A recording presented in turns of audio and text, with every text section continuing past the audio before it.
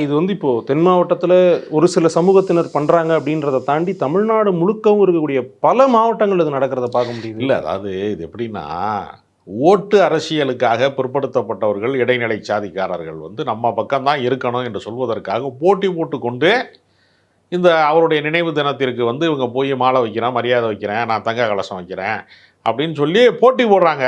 இப்ப அதிமுக தான் இத கையில எடுத்துச்சு பெரிய அளவுல. அதிமுக கையில எடுத்து தேவர் குரு பூஜைய அந்த அம்மா தான் ஒரு முக்கியமான நாளா அறிவிச்சாங்க.